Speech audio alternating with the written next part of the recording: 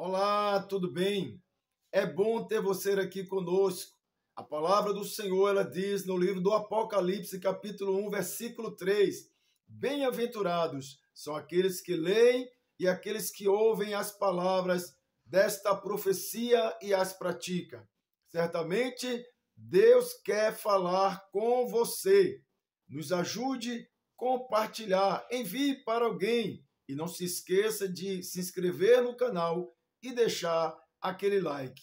Vamos a mais uma mensagem gravada para este canal. Sobre o mistério profético, se Deus permitir, queremos encerrar no dia de hoje, lembrando aos irmãos que próxima quinta me parece um feriado. Sendo feriado, o culto será pela manhã. Glória a Deus. E na quinta-feira, pós-feriado, a turma da terceira classe da EBM estará com a responsabilidade de apresentar para nós as 7 cartas do Apocalipse. Então é importante você que congrega aqui se fazer presente para que possamos ouvir os nossos irmãos, ver a evolução dos irmãos e para que possamos também avaliar a EBM. Não é, evangelista Gazeira? Para saber, poxa, está valendo a pena, os irmãos estão aprendendo realmente, porque a palavra do Senhor diz: conheçamos em conhecer o Senhor, e quem estuda sempre aprende um pouco mais. Glória a Deus. Então nós falávamos que a palavra do Senhor, ela não perde o seu valor. Nós vamos voltar um pouco, que alguns irmãos não estavam aqui a semana passada, que nós temos visto nos dias de hoje alguns que se intitulam profetas e querendo reter a palavra de Deus ao seu conhecimento. As igrejas estão cheias de pregadores filósofos, homens que têm apenas conhecimento. Mas a igreja do Senhor não precisa ser equilibrada. Antes ela precisa buscar a presença de Deus. A igreja precisa ser cheia do Espírito de Deus. Ela precisa sim buscar conhecimento para que haja um equilíbrio, para que o Espírito possa fazer lembrar aquilo que estudamos. Porém, o profeta, ele nunca foi alguém que se intitulou profeta. Nós vimos que quando Deus chamava alguém para o ministério profético, esse alguém dizia: ó Senhor, eu sou apenas uma criança. Ó Senhor, eu não sei falar. Ó Senhor, eu quero ser sacerdote. Eles não queriam. Por quê? Porque havia uma advertência do Senhor no livro de Deuteronômio, nós vimos isso, que aquele que dissesse alguma coisa, sendo que o Senhor não mandou falar, este deveria ser morto. Além disso, o profeta era alguém que só tinha utilidade para Deus quando Deus queria mandar uma mensagem para Israel. E nós vamos ver que todas as vezes que Deus levantou um profeta, era porque Israel estava desviado, era porque Israel estava fora do propósito de Deus. Eu procurei nas Escrituras e não encontrei nenhum profeta que Deus levantou e disse: vá e dê parabéns a fulano, vá e dê parabéns a ciclano. Não. Então eu entendo que fazer a vontade de Deus é uma obrigação. Porém, quando o povo desviava da vontade de Deus, quando o rei desviava da vontade de Deus, Deus levantava um profeta e diga: vá lá e diga a ele que ele está errado. Só que, para um profeta dizer ao rei que o rei está errado, Esse profeta tinha que ter muita convicção que foi Deus que mandou, e tinha que ter consciência que ele poderia morrer, porque nem todos os reis aceitaram a palavra de Deus. O próprio Jeremias, nós vimos que ele disse: Senhor, eu não passo de uma criança. E Deus disse: não diga que você é uma criança, porque eu te conheço desde o ventre da tua mãe, e você vai, e o que eu mandar falar, você vai falar.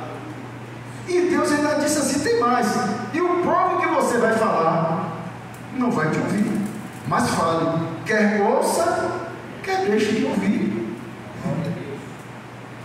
Só que nos dias de hoje, as pessoas querem ser profeta por destaque, querem estar em evidências, querem estar em tribunas, querem estar com microfone. E o próprio povo que congrega nas igrejas estão ávidos a ouvir assim diz o Senhor. Tem aqueles que sentam bem na frente e ficam encarando o profeta ou a profetisa para que Deus use, para que Deus fale com ele, e às vezes esse profeta se deixa levar e diz: olha, Deus manda dizer que essa luta vai passar. Será que Deus mandou falar? Então, o ministério profético nós vimos que não é uma brincadeira. Porém, nós vimos também que tem aqueles que querem demonstrar conhecimento, deturpam a palavra de Deus e diz assim: irmãos, não é bem isto que a palavra de Deus quer dizer, porque no original, o original foi escrito há mais de 2000 anos, o original foi escrito há mais de 3000 anos. Será que essa pessoa teve acesso ao original? Ou será que ele está repetindo o que alguém disse, ou que ele leu em algum lugar que alguém diz que era daquele jeito? Porque da maneira que alguns colocam, a palavra enfraqueceu. Só que a palavra, alguém tem a palavra? Não existe a palavra impressa por causa de Deus. A palavra está escrita para o meu benefício, para o seu benefício. Deus não precisa de uma Bíblia para saber o que foi que ele disse. Deus, ele sabe exatamente o que ele disse, e ele falou: e eu velo para cumprir exatamente o que eu disse. Aquilo que ele falou, ele sabe. Deus não vai caducar, Deus não envelheceu.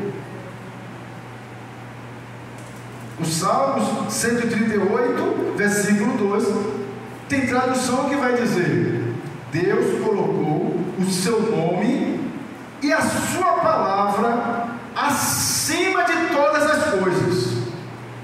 Outra tradução vai dizer: Deus colocou a sua palavra acima do seu nome. Todas as traduções são fortes, então falou a palavra de Deus, que está acima de tudo. A palavra de Deus está acima de tudo, e Deus vela para cumprir com a sua palavra. Mas alguns vão dizer: não, esta tradução não, queridos. Inclusive, aqui em nosso meio, eu tenho uma tradução King James, você tem uma tradução aí que deve ser Almeida. Eu não sei qual a tradução que você tem. Se há diferença, eu acredito que quem traduziu, atualizando, teve a intenção de melhorar o entendimento. Porém, seja a tradução que for, sem a presença do Espírito Santo, é um mero livro.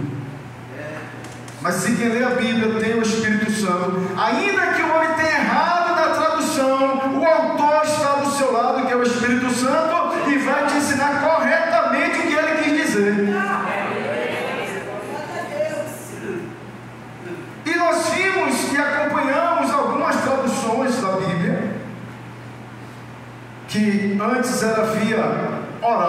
não existia escrito.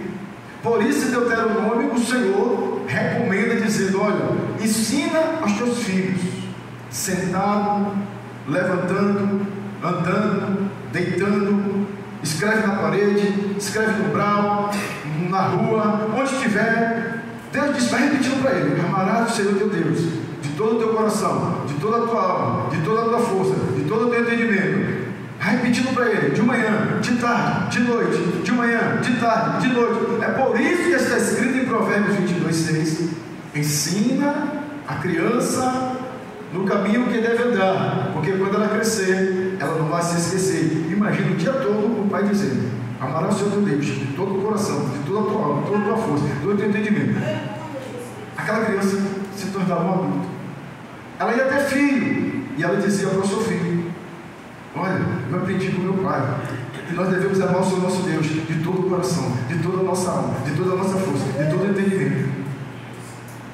Aquele filho crescia até filho e dizia: olha, eu aprendi com meu avô que nós devemos amar a Deus de todo o entendimento, de toda... Imagine. E levando em consideração que a capacidade mental daquela geração era superior à nossa.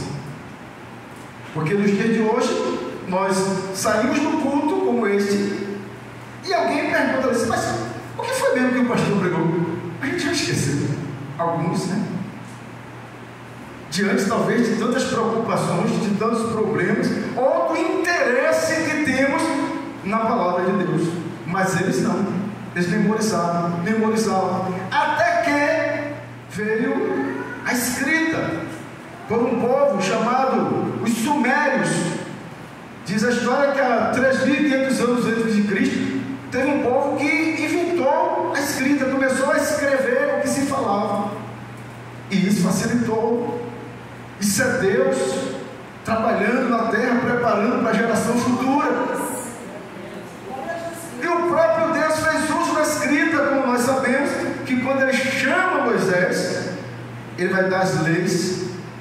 E Deus poderia dizer para Moisés: olha, Moisés, o primeiro mandamento. Olha, Moisés, o segundo mandamento. Olha, Moisés, o terceiro mandamento. E Moisés memoriza aquilo ali e diz: olha, Deus apareceu lá no monte e mandou dizer o seguinte: tem 10 mandamentos. Mas Deus teve o cuidado de escrever. Antes Deus falou: não, agora eu vou escrever para a segurança de vocês. Porque se vocês não fizerem, eu vou punir. Então veio a lei de Deus escrita pelo dedo de Deus. Os homens, aprendendo a escrita, então fizeram a Torá em hebraico, que é o livro sagrado, a lei de Deus, que quando era lida, o povo chorava, porque nem todos tinham acesso à leitura. Talvez nos dias de hoje seja mais difícil encontrar alguém que não sabe ler. Mas existe ainda alguém que não sabe ler. Às vezes ele está com a Bíblia, ele tem tanto carinho com a Bíblia, e ele vira a Bíblia de cabeça para baixo, ele tanto faz, não sabe ler mesmo, mas ele tem carinho com a Bíblia. E quando ele vê alguém lendo, ele fica boca aberta: que coisa linda, você sabe ler. Porque a leitura nos traz conhecimento. Então a Torá contava a história de Deus. Quando Esdras lia as Escrituras, diz que o povo chorava, se emocionava com a história do Deus que eles acreditavam. Eles nunca viram Deus, mas a história de Deus era registrada. Aí fizeram a Septuaginta, escrita em grego, que foram aqueles homens que selecionaram o canon, os livros sagrados. E aí agora vamos fazer a Vulgata Latina, que os irmãos sabem que anteriormente a Igreja Católica Romana, que os padres dominavam, os padres celebravam a missa em latim, o povo ainda não tinha acesso à Bíblia, e a missa era rezada em latim, e as pessoas acreditavam em nome do Padre, do Filho e do Espírito Santo, e o povo dizia: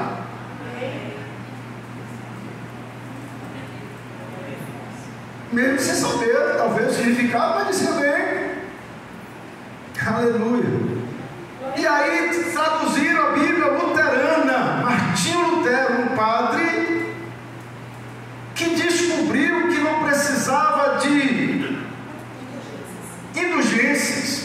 salvo, que não precisava dar todo o ouro, todo o salário, todo o dinheiro, porque ele descobriu na Bíblia, no livro de Romanos, que é o justo viverá pela fé. Lutero disse: o povo precisa saber disso, e traduziu em alemão. Vocês precisam viver pela fé. Quem crê está salvo, só precisa crer. Aleluia. Lutero começou a revolucionar. Aí veio a Bíblia de William Tyndale, que traduziu para o inglês, e a língua inglesa espalhou pelo mundo. Eu tenho essa tradução James, que foi o rei King James, o rei James, que ele quis uma tradução para ele, e ele ordenou que procurassem uma Bíblia e traduzissem para ele, e os outros tiveram maior cuidado, porque ele era um rei. Se tivesse algum erro, ele mandaria matar. Essa Bíblia King James foi feita com todo cuidado, e do inglês traduziu para várias línguas: o francês, o italiano, o espanhol, o português. É natural que alguma coisa se perdeu, porque todos nós conhecemos aquela dinâmica do telefone sem fio. Eu falo alguma coisa para alguém, alguém fala para alguém, alguém fala para alguém, alguém fala para alguém, e quando chega lá no fundo, já não é bem o que eu disse, não é assim? Agora imagine mais de 12 mil anos. Além da tradução ser diversas, a perseguição. Vocês lembram que no tempo de Jeremias teve um rei que pegou o rolo e jogou no fogo? Jeremias chorou.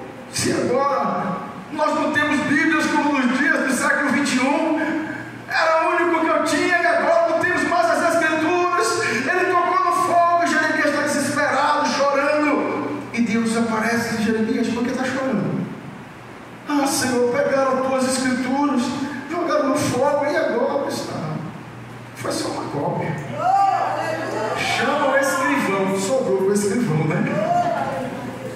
Vai escrever tudo de novo, e o Senhor vai lembrar de tudo? Oh, Deus não precisa da Bíblia para lembrar. Jesus é a própria palavra. Aleluia. Então, não importa se traduziu, se mudou, eu não tenho obrigação de saber o hebraico. Você não tem obrigação de saber o grego. Por quê? Porque você não fala hebraico. A sua língua é qual? Português. Então Deus, o dia que você aceitou Jesus, lembra daquele que você falou, aceitou Jesus? Deus falou com você em inglês? Em francês? Em hebraico? Qual foi a língua que Deus falou com você? Não. É suficiente. Deus lhe entende quando você ora em português. Deus fala contigo porque você entende português. Você foi liberto por causa de uma pregação em português. Você foi liberto, foi curado por uma pregação em português. Não importa. Por quê? Porque o profeta não tem que inventar. Quem inventa é o inventor. O profeta é um carteiro que só precisa perguntar: fulano de tal, sou eu, ó, uma mensagem para o senhor. Ele nem sabe o que é, porque não foi ele que escreveu. A mensagem não é dele, ele é só um porta-voz. O profeta fala o que Deus mandou falar. Foi isso, isso e isso. Sai de baixo. Não interessa ao profeta saber o resultado. Quem recebe a carta sabe exatamente o que está vivendo. E quem manda a carta sabe por que mandou. Então, quando Deus manda o profeta falar, Deus se responsabiliza por aquilo que ele... Aleluia. O profeta não tem que inventar nada. Então, você quer ser profeta? Seja sincero. Seja uma pessoa verdadeira. Perceba, Elias, diz a história que Elias, ele era ligeiro. Ele era um camarada que ele corria. Aí Deus diz assim: ó, vai lá e profetiza, diz a Acabe que não vai chover. Queridos, Acabe era o rei.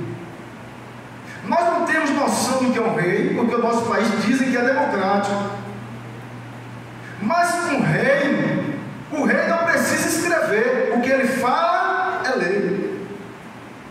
O rei tem domínio sobre súditos, ele manda matar se ele quiser. Agora Deus vai lá e diga Acabe, porque Acabe se desviou. Acabe estava casado com Jezabel, que era uma mulher que adorava outros deuses, que tinha os reis de Acera, os profetas de Acera, de Baal. E aí Elias vai lá e diz a Acabe que Acabe está errado, e disse: olha, durante 3 anos, 6 meses não vai chover, segundo a minha palavra. E aí partimos. O que significa? Durante 3 anos, 6 meses não choveu, veio a seca, veio a fome, veio a destruição, e o rei disse: foi Acabe. Mandou procurar Acabe, saíram por todo o reino procurando Acabe. Depois de 3 anos e 6 meses, Acabe mandou procurar Elias por todo o canto. Aí Deus aparece ao profeta e diz: profeta, volta lá e fala com Acabe. Acabe queria matar Elias. O profeta não questiona. O profeta nunca está ocupado para levar o recado de Deus. O profeta não avalia valor para entregar o recado de Deus. O valor para Elias entregar esse recado a Acabe, sabe qual era? A vida dele. Acabe disse: eu quero esse homem morto. E quando Elias se aproxima e que Acabe avista Elias, disse: eis aí o perturbador, eis aí o causador do problema de Israel. Elias disse: eu não, és tu o perturbador. O profeta tem que ter coragem, mas ter certeza que Deus está com ele.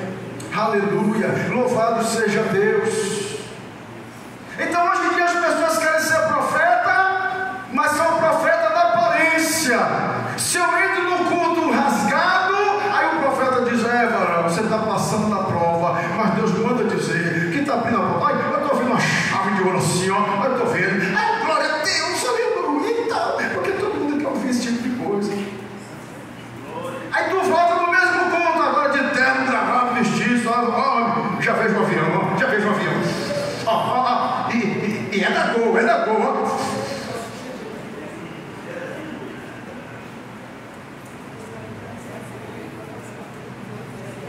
Profeta de Deus não precisa puxar o saco de ninguém. Se Deus mandou, fale o que Deus mandou. Se foi sonho, diga: eu tive um sonho com você. Se foi revelação, diga: foi revelação. Porque eu sou aquele que dizer que eu falei sem eu ter falado. Aleluia. Aí tem um outro profeta, Natan que entregou para Davi. Amados, você tem noção de quem era Davi? Você lembra que teve um tal de Lázaro aqui no Brasil? Que o exército do Brasil todo atrás desse homem? Os moradores se mudando, fugindo. Quem era Lázaro? Ninguém sabia quem era Lázaro. Agora imagine a fama de Davi. Davi era o grande rei de Israel. As mulheres cantaram 1000 milhares para Saul, mas para Davi 10.000 milhares. O homem que conquistou Hebron, o homem que conquistou Judá, a estrela de Davi, a bandeira de Israel. A nação carrega a sua estrela, mas Davi pecou. Aí Deus diz: Natan, vai lá e diz a Davi que ele está errado.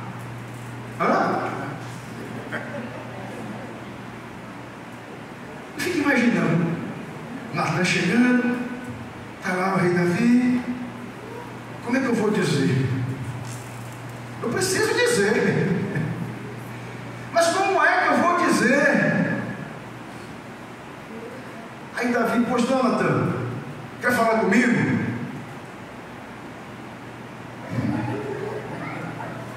Eu quero contar uma história para o senhor.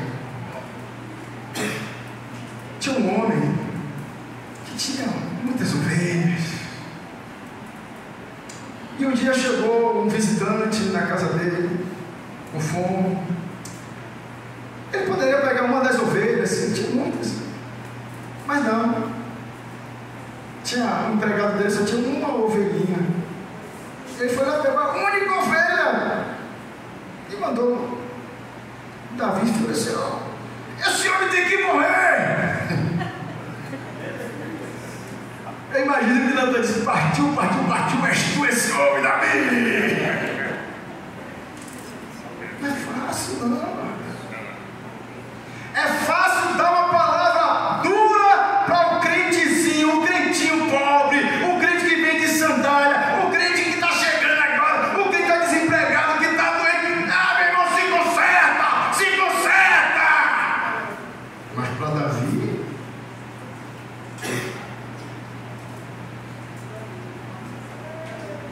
porque se fala duro com Davi, não tem oferta no final do culto. Não recebe cachê.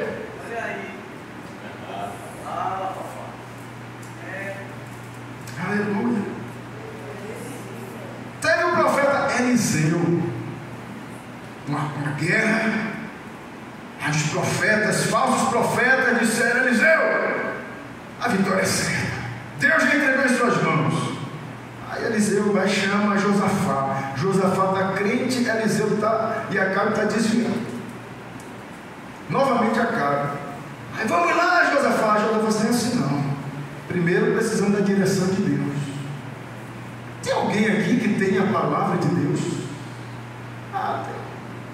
O profeta aí, Eliseu, não gosto muito de ouvir, não. Pois é, mas está com ele a palavra de Deus? Está, então chama ele. Aí chamaram Eliseu. Quando Eliseu chegou, que viu Josafá, salvou, que viu Acabe, ele disse: por que mandou me chamar? Você devia chamar os profetas de sua mãe, que adorava a Baal e a Sera. Olha, se o rei Josafá não estivesse aqui, eu não ia nem olhar para a sua cara. Por que fala assim com o rei? Aí Josafá: Eliseu, tu tem a palavra de Deus, e se eu preciso de alguém toque. Por quê? Porque a palavra não é minha, a palavra é de Deus. Eu preciso de alguém toque para vir inspiração. Por quê? Porque o profeta não fala o que ele sabe da vida dos outros. Tem um bocado de profeta de janela. Profeta de janela é aquele que fica na janela olhando a vida dos outros e sabe quem sobe e quem desce. E quando é de noite no culto, ele diz: ai, irmão, Deus me mostrou uma mentira que Deus mostrou. Foi ele que abriu a janela para olhar a vida dos outros.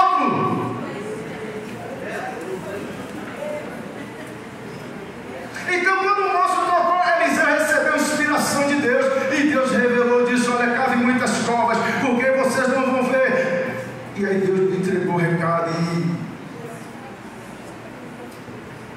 aleluia. Para Deus usar, para falar a verdade, não precisa ter curso acadêmico. Quem tem que ter curso acadêmico é professor. Profeta não. Profeta só tem que estar assim com Deus, vamos na vertical com Deus. E não é todo culto que tem profecia não, porque o profeta Deus usa quando ele quer. É Deus que chama o profeta, não é o profeta que se apresenta. Aleluia. Não importa se está no hebraico, se está no grego, se está não, porque a palavra de Deus, na verdade, para Deus, não é português, não é hebraico, não é inglês, não é italiano, não é japonês. Em João 6,63, Jesus diz assim: o Espírito é o que vivifica, a carne para nada proveita. As palavras que eu vos disse são Espírito e vida. A palavra de Jesus não é papel. A palavra, quando está sendo pregada, ela deixa de ser logos, papel, para ser rema, viva, palavra viva, que vai até o pecador, que vai até o doente, que vai até o enfermo. Aleluia. Você lembra que o centurião disse: não, eu não sou digno de que o Senhor venha na minha casa, mas envie então somente uma. Jesus não fez uma carta e disse: leva aqui minha palavra, não. Jesus vai. Quando ele chega lá,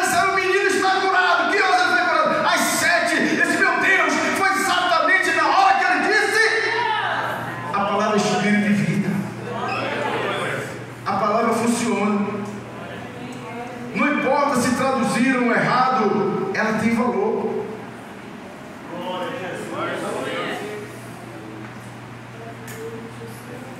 Não importa se você sabe falar correto ou se você fala cortando algumas letras. Se é verdade, Deus conhece, porque aquele que sonda o espírito do homem sabe a intenção. Eu falava que tem um testemunho de um cantor famoso e que a esposa dele estava de câncer. Alguns conhecem, mas eu quero dizer o nome. E aquele homem, sendo chamado por Deus para o evangelho, ele precisava ter experiências com Deus, desesperado porque a esposa estava de câncer, passando ele por um interior. Quando ele saiu para poder passar, tem um cabaré lá com enxada. Aí Deus diz: ó, diz para ele que eu vou curar a mulher dele. O homem não sabia ler e escrever, mas o homem disse: Deus manda te dizer que vai curar o canso da sua mulher. O que é canso? Se fosse preocupar, meu Deus, o homem falou canso, perde a bênção. Ele disse canso. A mulher sabia o que ela tinha. E quem mandou ele falar sabia, há muito mais do que a mulher. Quem mandou falar foi Deus. Vai curar o canso. Mas no mundo espiritual não era canso, era câncer. A gente fala errado, mas Deus entende perfeitamente. Deus conserta, porque Ele sabe a intenção. É Deus que quer operar. Deus mandou dizer: eu vou curar o canso da sua mulher. E a mulher foi curada. Ele se converteu. E é uma bênção para a glória de Deus. Deus colocou a palavra dele acima de todas as coisas. O homem não é capaz de invalidar a palavra de Deus. A palavra de Deus não perde o seu valor. Nós vimos o exemplo da nota de 100. Vai passando pela rua, uma nota de 100 toda amassada. Não vale nada, amassada. Ela perde valor? Uma nota de 100 está rasgada. Não perde valor. Toda suja não perde valor. Por quê? Porque se você tem uma nota toda riscada, se você tem uma nota toda manchada, você chega numa agência, entrega. A agência pega aquela nota e manda para o Banco Central. O Banco Central reconhece o valor da nota. Não importa o que faça com a nota, o Banco Central reconhece o seu valor. Não importa o que faça com a palavra, se está em inglês, se está em francês, se está em hebraico, se está em grego, se está em japonês. Quando chega lá, não chega em português, não chega em inglês, não chega em francês, Deus entende perfeitamente e manda a resposta. Aleluia! Porque a palavra de Deus, ela é viva, amados. E por ser viva, essa palavra ainda hoje funciona. Você acredita? Eu creio que a palavra, ela opera em nossas vidas. É no momento que a gente acredita. Porque Jesus disse: vai. O homem creu. A mulher se não feliz, essa minha filha está miseravelmente endemoniada. A Bíblia não diz que Jesus fez oração, que Jesus disse: eu repreendo agora todo mal que está na causa da mulher. Não. Jesus disse: filha, grande é a tua fé. Vai, tua filha já está livre. A mulher creu. Chegou em casa, eu exagero, imaginando que chegou em casa e está lá tudo arrumado, e a menina tinha feito o almoço. O que foi que aconteceu? A palavra chegou primeiro. Aleluia! Aleluia! A palavra chegou primeiro. Em 2 Pedro, capítulo 1, 19, 20, diz assim: e temos muito firme a palavra dos profetas. Aquilo que os profetas falaram, eles acreditavam ainda. A qual bem fazeis em estar atentos, como a uma luz que ilumina o lugar escuro, até que o dia amanheça e a estrela da alva apareça em vossos corações. Temos que olhar para a palavra que os profetas disseram como uma luz que alumia na escuridão. Amados, quem aqui viveu na roça? Quem lembra da lanterna? Se você não seguir a luz da lanterna, você se bate, você se perde, porque tudo é breu. Você só enxerga onde tem a luz. Pedro está dizendo: olha, o mundo está em trevas, só tem luz onde tem a palavra. Por aí tem muita coisa, muitas invenções, mas só tem luz onde tem a palavra. Aleluia. Até que o dia amanheça. Olhe para essa palavra. Até que a estrela da alva apareça em vossos corações. Está falando aí de Jesus, porque ele é a própria palavra. Sabendo primeiramente isto, que nenhuma profecia da Escritura é de particular interpretação. Porque hoje tem os programas nas redes sociais, e aí o doutor fulano, o doutor ciclano, o doutor fulano e tal, ele defende agora um tema, e aí um interpreta: não, o arrebatamento da igreja não vai acontecer, porque o apóstolo Paulo, ele era sanguíneo, todos sabem disso, então ele estava empolgado, e ele falou do arrebatamento da igreja, mas Jesus nunca falou isso. Outros: não, irmãos, porque na verdade, observe que o arrebatamento vai acontecer depois da tribulação. Outros dizem: não, é antes da tribulação, é no meio da tribulação. Termina o programa. Qual foi a conclusão? Confusão pura. Quem assistiu perdeu tempo. Quem assistiu, se não sabia nada, ficou com mais dúvida agora. A verdade é: Jesus vem. Ele não falou que vinha antes, no meio, nem depois. Ele disse: esquecendo, vem. Guarda o que tens para que ninguém tome a sua. Quer saber a verdade? Jesus vem. E tudo indica que está perto. Tudo indica que está perto. Aleluia. Louvado seja Deus.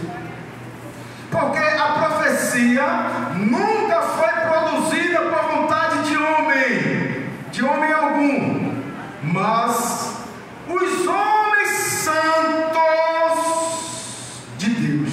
Essa expressão santo, nós estamos distantes dessa questão de santidade, sabia? Esses homens santos eram homens separados para estudar as Escrituras, para receber revelação. Foram homens escolhidos por Deus, foram homens separados por Deus. Deus ordenado: escreve, esta palavra é fiel, verdadeira, escreve. Homens santos de Deus, que falaram inspirados pelo Espírito Santo. Eles eram só o canal, era o Espírito Santo usando aqueles homens para falar a verdade de Deus. Aleluia. E nós precisamos olhar para esta palavra até que o dia amanheça.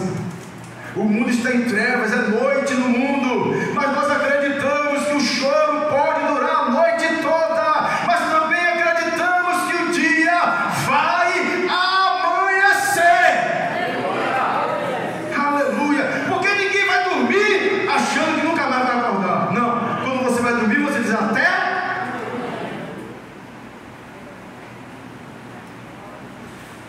Aos Hebreus 4, 12 e 14 diz assim: porque a palavra de Deus é viva e é eficaz e mais penetrante do que espada alguma de dois gumes, e penetra até a divisão da alma e do espírito e das juntas e medulas, e é apta para discernir os pensamentos e intenção do coração. Você sabe o que eu estou pensando aqui agora? Mas a palavra de Deus, ela alcança o que eu estou pensando. Outro dia eu estava no culto, do meu lado tinha um rapaz. Eu olhei para ele, achei assim, ele em silêncio. Eu perguntei, está tudo bem?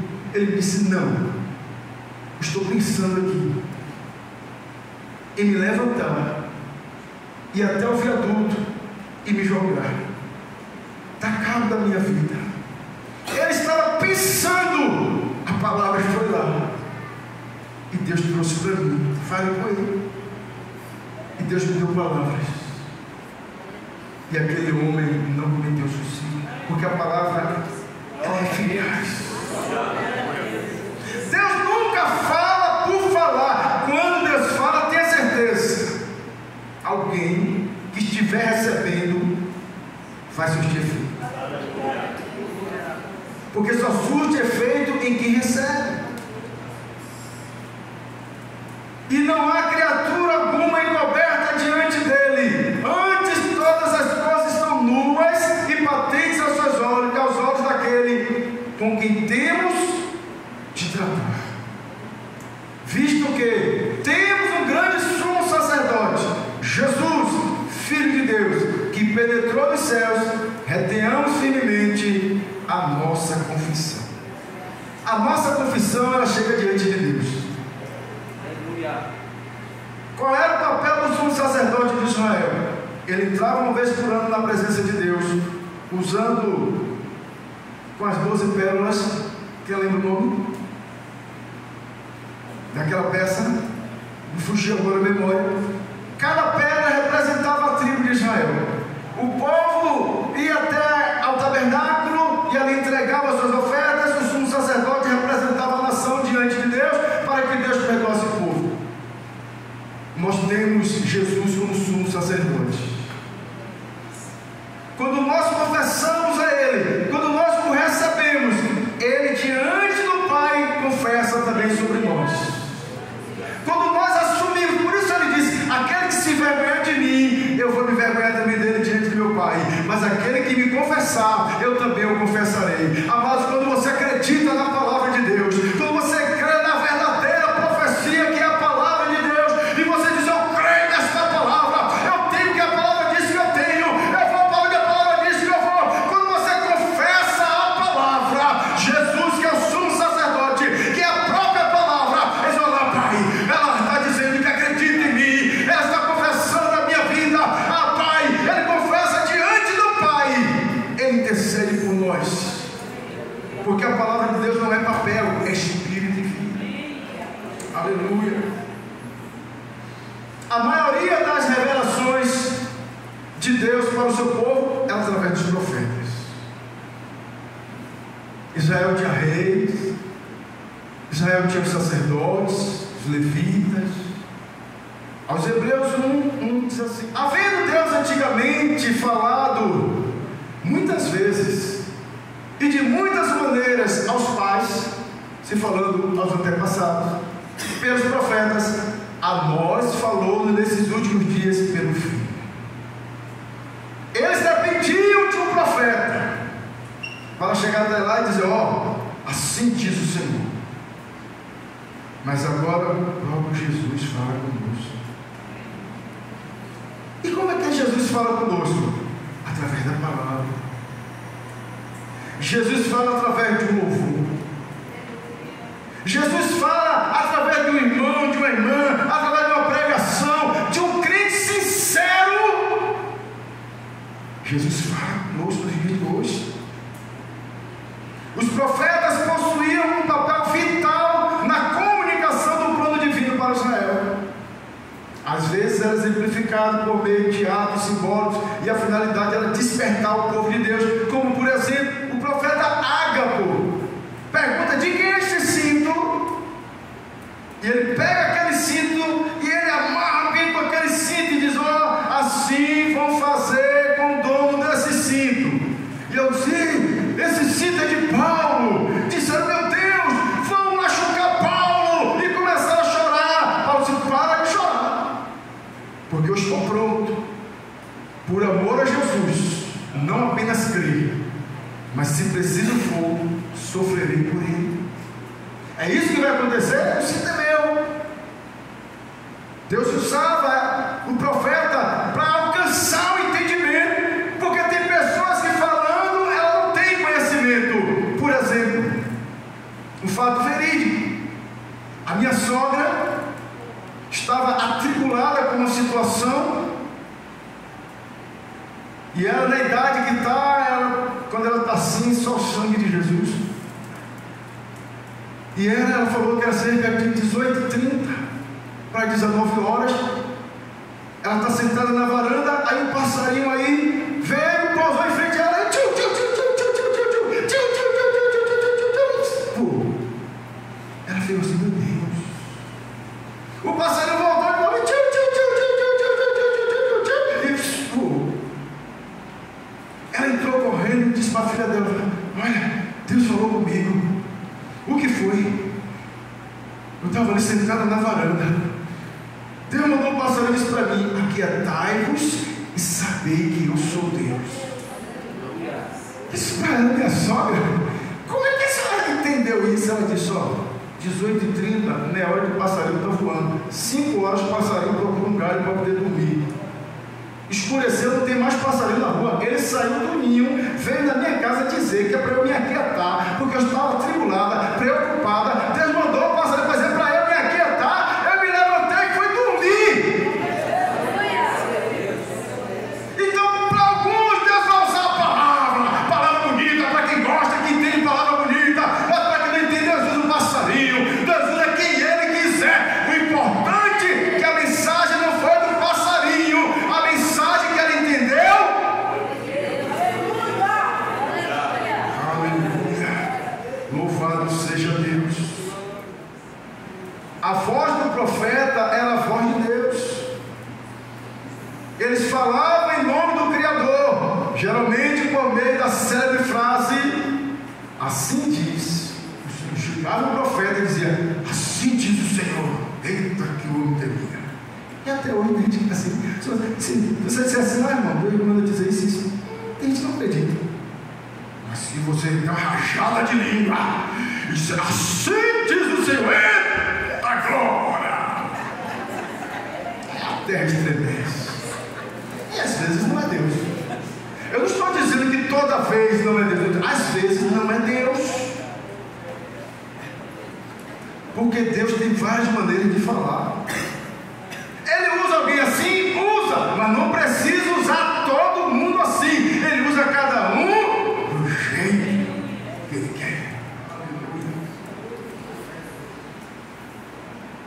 Quando era Deus quem enviava o profeta, o cenário era o cenário da apostasia. Ou seja, não está no tempo de Deus levantar profetas, amado.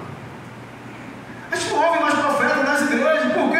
Porque as igrejas estão cheias. Se começar a falar a verdade, tem gente que vai se magoar, vai ter processo. É bom, né?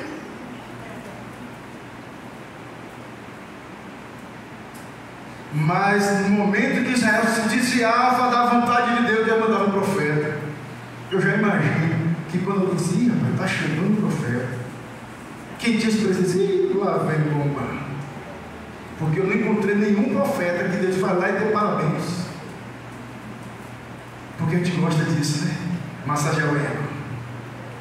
Oh, meu irmão, Deus está feliz com você. Ah, irmão, Deus mandou te dizer: eita glória, que o que Ele tem para você, ó, eita meu Deus. Agora diz o que Deus mandou dizer, se foi isso mesmo. Perde o amigo. O cenário da apostasia era um terreno fértil para o surgimento ministerial de um profeta. Em tempo de injustiça social, corrupção sacerdotal, olha os filhos de Eli, roubando o que era de Deus, se prostituindo. Se você conhece alguém que trabalha em hotel, pergunta se é aquela comissão que se diz cristã, que veio para a nossa cidade fazer uma palestra, um congresso. Depois que eles foram embora, o que foi que vocês acharam no quarto do hotel? Pergunta. Se você tiver estrutura para ouvir, senão não pergunta, nós vamos ser desvios. Corrupção sacerdotal, não é só no tempo de Eli, não,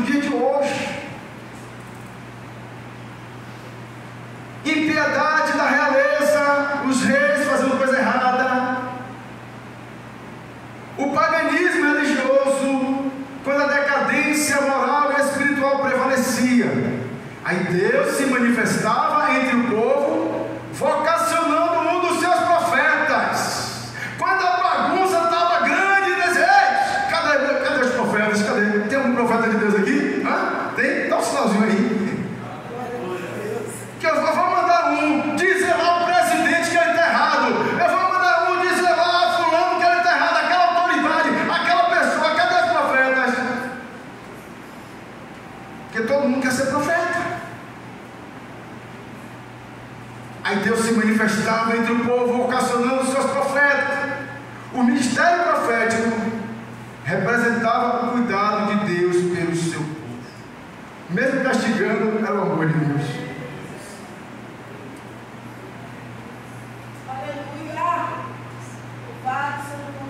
Está faltando profeta para dizer na cara a verdade. Ó, vem cá que eu vou dizer o que Deus mandou. Hoje mesmo, eu me sentei com um amigo, congrega em outro ministério. E eu vi algumas coisas. Aí liguei para ele: preciso falar contigo. E ele sabe o que? Não, vem cá, vamos tomar um açaí. O point agora é açaí. Aí ele veio aí, rapaz, eu vi algo que eu não gostei. Isso. Não, mas eu não estou. Não sei, você não está. Mas quando aqueles que levantaram contra Arã, Coré, Datã, Abirão, lembra? Quando a terra abriu, só foi eles que caíram? 250 que disseram Porque se você está no meio e o pessoal está atacando o pau e fulano, você não quer me meter. Aí alguém vem e pergunta: não, fala a verdade, é ou não é? É para ficar de você assim. Falou Traduz para você ver o que é é terrível.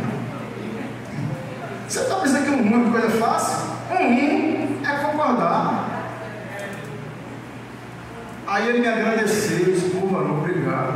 Certamente tem alguém que sabe disso, mas nunca me falou. Mas eu gosto quando me chama a atenção, porque eu quero ir para o céu. Aleluia. Profeta de Deus tem que falar a verdade.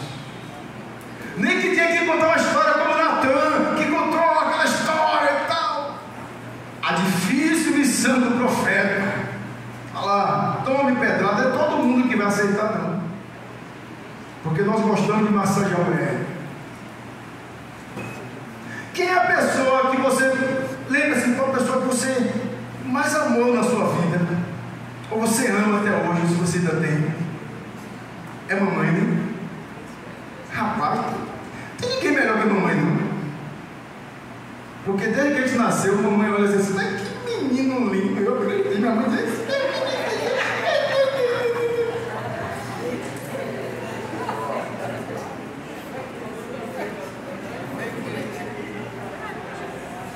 porque se ela falasse mesmo a verdade no início, meu Deus, eu ia chorar dela que saiu do ventre.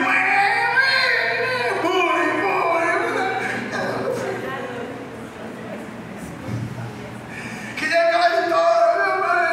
Disseram que eu tenho a cabeça grande.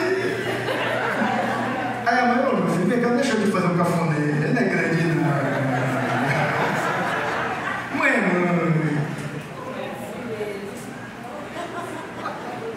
Não gosto do profeta que fala a verdade. Ser profeta não era uma tarefa fácil, amados. Não era e não é. Perceba, vai para a rede social, fala a verdade. Quantas pessoas vão curtir? Quantos vão seguir? Agora faz lá maluquice. Outro dia tem 1 milhão. No livro de Êxodo tem o chamamento de Moisés. Deus chama Moisés para voltar do Egito, enfrentar Faraó. Ele fugiu do Egito porque ele tinha matado o Egito. Agora Deus disse: então tu vai agora lá para libertar meu povo. Moisés tinha vindo de lá, irmão. Moisés era procurado no Egito. Moisés: não, que tá bom, não estou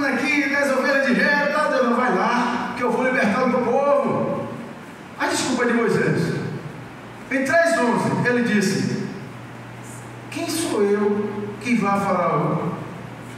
Ele era a pessoa mais capacitada. Sabe por quê? Ele seria o quê? Sucessor. Ele foi ensinado lá no Egito, foi preparado para ser Faraó. Ninguém mais sabia o que era um Faraó do que Moisés. Mas quando ele vai lá, Faraó, para deixar meu povo, ele diz: quem sou eu? Fica até o bico de não, né? Aí Deus insiste com ele vai dizendo no 13: sim, mas em nome de quem? Porque quando chega lá, vou perguntar o seu nome, o que eu vou dizer? Olha quanta dificuldade, ele está voltando para não ir. 4 diz: e se eles não acreditarem? Diga que eu sou o que eu sou, mas se eles não acreditarem? Não tenho facilidade de palavras. Amados, isso é estranho. Moisés foi ensinado no Egito para ser Faraó. Não era qualquer pessoa. Você acha que eu sou deslimpado? Eu não sei falar direito. Foi isso que Deus perguntou. Aí quando Deus disse: vai, que eu vou livrar meu povo através de você, Moisés. Aí Moisés disse: Senhor, envia outra pessoa. Acontece no dia de hoje. Vamos fazer evangelismo, pai, que esse bairro precisa ser evangelizado. Amém, amém. A gente espera que alguém vá. Eis-me aqui, envia ele ali. Ninguém quer ir. Isaías, esse é o nome de Isaías, confiou no rei Uzias, o reino de paz, de segurança. Uzias morreu. Aí Deus vai fazer a pergunta: a quem eu enviarei? Deus está precisando de alguém. Deus está precisando de alguém. Deus está chamando alguém. A quem eu enviarei? Será que tem profeta de Deus me ouvindo? Aí Isaías disse logo: eita, rapaz, até que me deu vontade.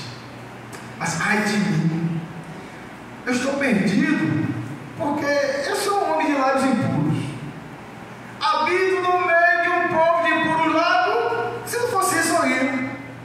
Aí Deus diz ao anjo: pega uma brasa aí, desce, vai lá. Purificou. A quem eu enviarei? Isaías olhou para um lado, não tinha ninguém. Ele falou: Senhor.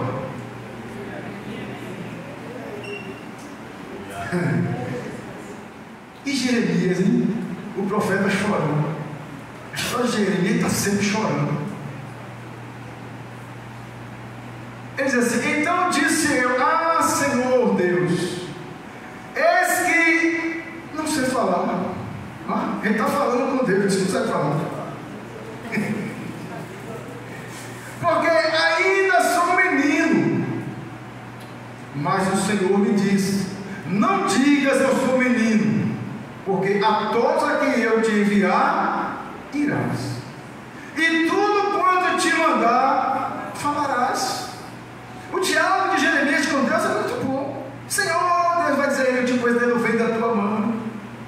Ele vai negociar com Deus: Senhor, eu sou de uma família de sacerdotes. Meus pais me criaram para ser sacerdote, mas não são os pais que determinam que você vai ser no reino de Deus. Está errado esse negócio de igreja que o pai é o pastor.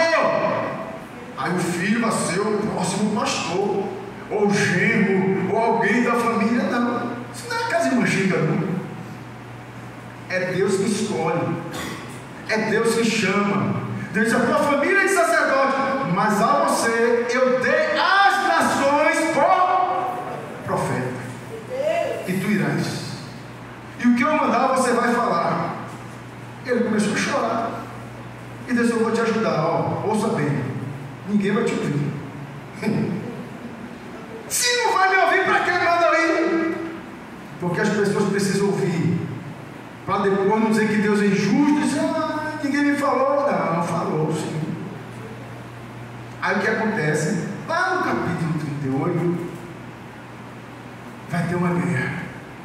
A fome está apertando, Os profetas com medo do rei dizem: rei, já está ganho. Já vejo o Senhor cortando cabeça de gente e dizendo: eita glória! Eu já vejo cabeça de inimigo rolando, ele toca nossa. Aí Deus disse: Jeremias, diga para o rei, para ele se entregar. Se ele se entregar, sobrevive. Mas se ele resistir, ele vai morrer. E tem mais: vão colocar fogo na cidade, porque eu estou entregando o meu povo na mão deles. Todo mundo disse ao rei que o rei ia ganhar. Aí chega Jeremias. O rei: pois não, Jeremias, quem és tu? Os profetas de Israel. Eu tenho uma palavra de Deus para o Senhor. Pois não, o que foi que houve? Deus manda dizer que é para o Senhor, que é para o Senhor se entregar para o rei inimigo, se o Senhor quiser viver. Mas se o Senhor for para a guerra, o Senhor vai perder essa guerra, porque Deus já entregou. Mas todos os profetas falaram que eu vou ganhar. Mas Deus mandou dizer. E começa a chorar, ele ia chorando. Eu não tenho como, não, mas Deus mandou dizer.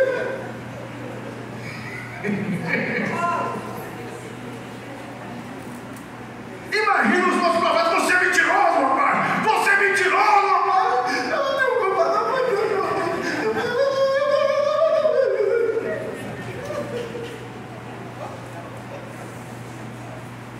é brincadeira. Aí alguém teve uma ideia, disse: rei, bota ele no pulso. Quando a gente voltar da guerra, a gente tira ele para ver o que vai fazer com ele. Ele sabia que se fosse para a guerra, não ia voltar, porque Deus disse que não vai voltar. Joga ele no poço! Só tinha lama, jogava ele lá, sujou os pés de lama preso na lama. Jeremias estava desesperado, amado. Poço no buraco. Se alguém deu a experiência de cair no buraco, bate desespero. Até a respiração fica ruim. Você não sabe se alguém vai chegar para socorrer. E ali ia faltar comida, ia faltar água. Aí Deus usa alguém para ir ao rei. Não faça isso não, é profeta. Tira ele de lá, coloca ele aqui. Quando o senhor voltar, aí o rei manda tirar. Tira Jeremias do poço, coloca Jeremias aqui e diz: fica aí. Quem mandou você dizer que nós vamos perder essa guerra? Sim, mas foi Deus que mandou. Não vai.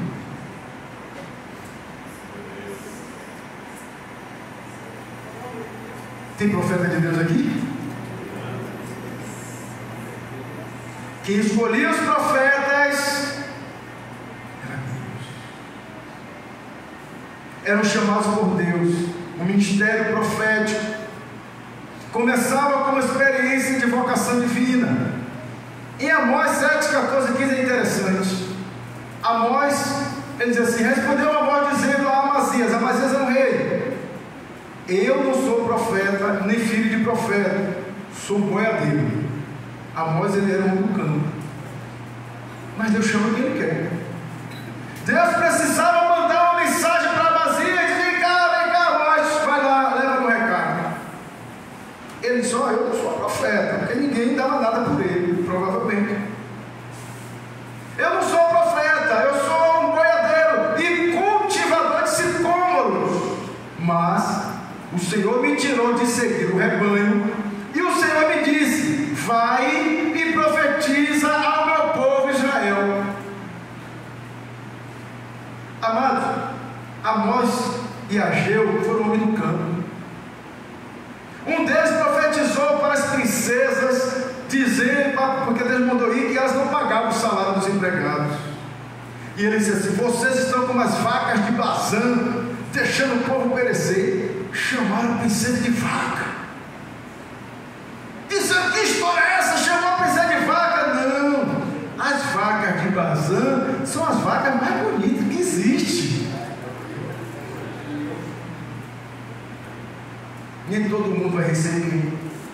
Não existia autocandidatura, escola para profeta, mas candidatura do alto. Era Deus quem levantava e escolhia seus profetas. Então o homem baseava-se na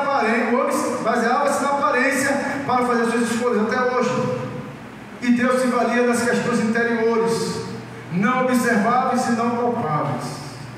Porém o Senhor disse a Samuel: não atente para a sua aparência, nem para a grandeza da sua estatura, porque tenho rejeitado, porque o Senhor não vê como vê o homem, pois o homem vê o que está diante dos olhos, porém o Senhor olha para o coração.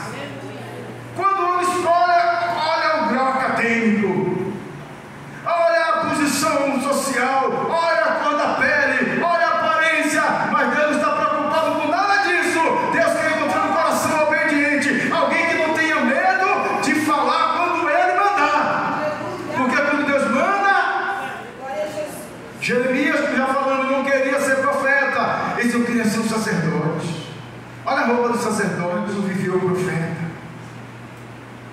As pessoas querem glamour. O profeta, a roupa do sacerdote era linho finíssimo, era ouro, eram pedras preciosas. O profeta não sabia nem onde ia comer. O profeta era porta-voz de Deus, cujo conteúdo das palavras ditas pelo mesmo nem sempre agradava aos destinatários. Se você é profeta de Deus, não espere receber tapinha no ombro, dizer muito obrigado, não. Talvez aquela pessoa nunca mais fale com você, perca a amizade, mas volte com a consciência tranquila. Eu falei o que Deus mandou falar. O sacerdote, por sua vez, fazia o caminho inverso do profeta. O profeta, Deus mandava e o povo. O sacerdote, ele fazia o caminho inverso do profeta, era o porta-voz do povo a Deus. O povo queria falar com Deus, trazia para o sacerdote, e o sacerdote ia interceder. Meu Deus, tem misericórdia do teu povo. O teu povo tem gemido, o teu povo tem clamado, o teu povo isso, o seu povo aquilo, o seu povo aquilo outro. Oh meu Deus, era mais fácil, isso que Jeremias queria. Jeremias, não, Senhor, eu quero ficar aqui só. Oh Senhor, abençoe fulano, abençoe ciclano, abençoe Bertano, maravilha, e glória a Deus, e aleluia. Deus, não, Jeremias, não é isso não. Você não é que vai ficar. Tem uns que chamei para ficar, mas você não. Você vai falar.